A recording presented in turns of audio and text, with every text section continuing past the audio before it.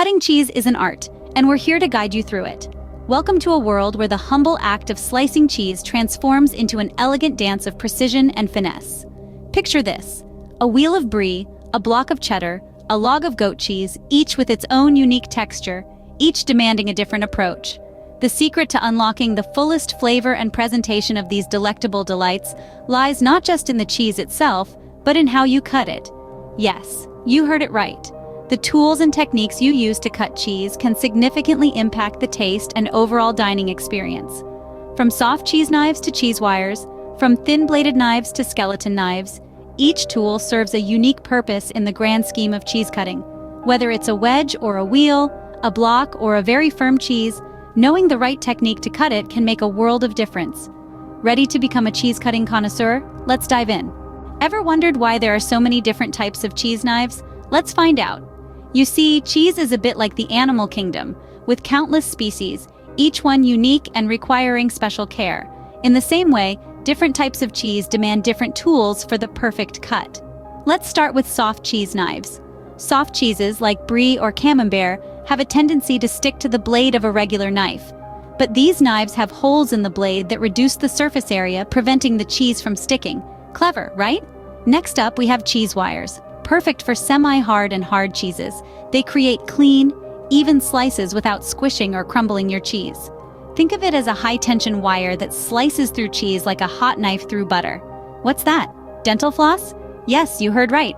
Unflavored dental floss is a surprisingly effective tool for cutting soft and crumbly cheeses. It's perfect for those who don't have a specialized cheese knife at hand. Now on to thin-bladed knives. These are ideal for semi-soft cheeses that might stick to a wider blade. The thin blade minimizes contact with the cheese, allowing for a smoother cut. Lastly, we have skeleton knives. These knives, with their unique design, are perfect for hard cheeses.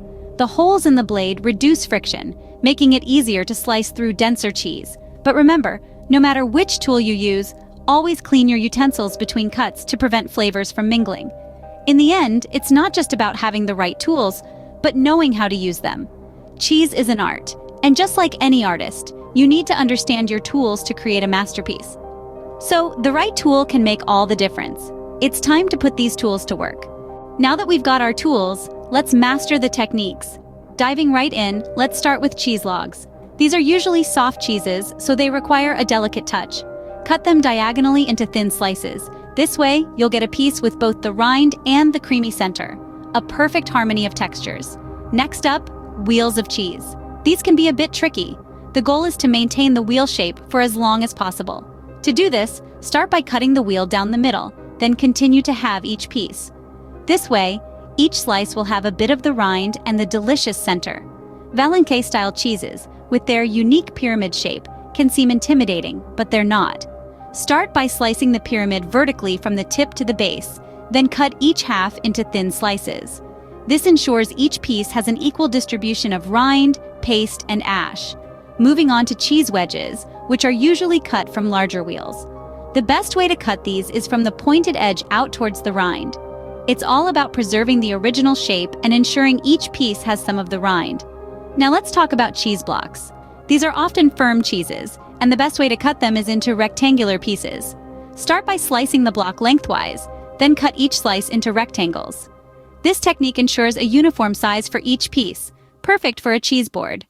Lastly, very firm cheeses, like aged Gouda or Parmesan. These cheeses are best enjoyed in chunks rather than slices. To do this, use a cheese knife to chip off small pieces. This method allows you to enjoy the cheese in its most natural form. Remember, the way you cut your cheese can greatly affect the taste and presentation. Each cut should aim to have a balance of the rind and the cheese itself.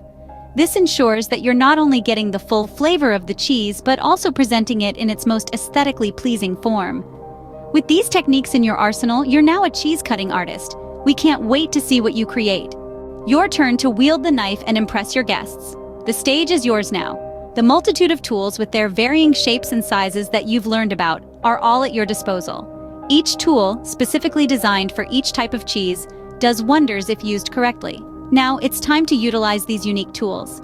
Implement the techniques you've learned, like the vertical cut, the horizontal slice, or the diagonal chop, and you'll see how they transform your cheese. The variety of cheese from Gouda cheddar, brie to camembert, each requires a different approach. Every single cut matters, every single technique impacts the final presentation. Feel the difference of your touch on various cheeses. Experience the contrast in texture, taste, and appearance. Learn to appreciate the fine art that lies in every slice. Why not make your cheese cutting journey public? Share your experiences, your successes, and even your blunders with us. Upload your photos or videos displaying your cheese cutting artistry. Let the world witness your transformation from a novice to an expert. The community can provide valuable feedback, and you can exchange ideas with fellow enthusiasts. This way, you're not just learning, but also improving and enjoying the process. Embrace the journey rather than rushing for the destination.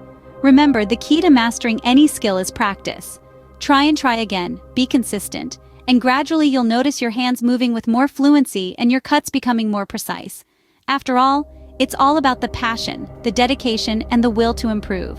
Keep practicing, keep improving, and keep enjoying the art of cheese cutting. And remember, practice makes perfect.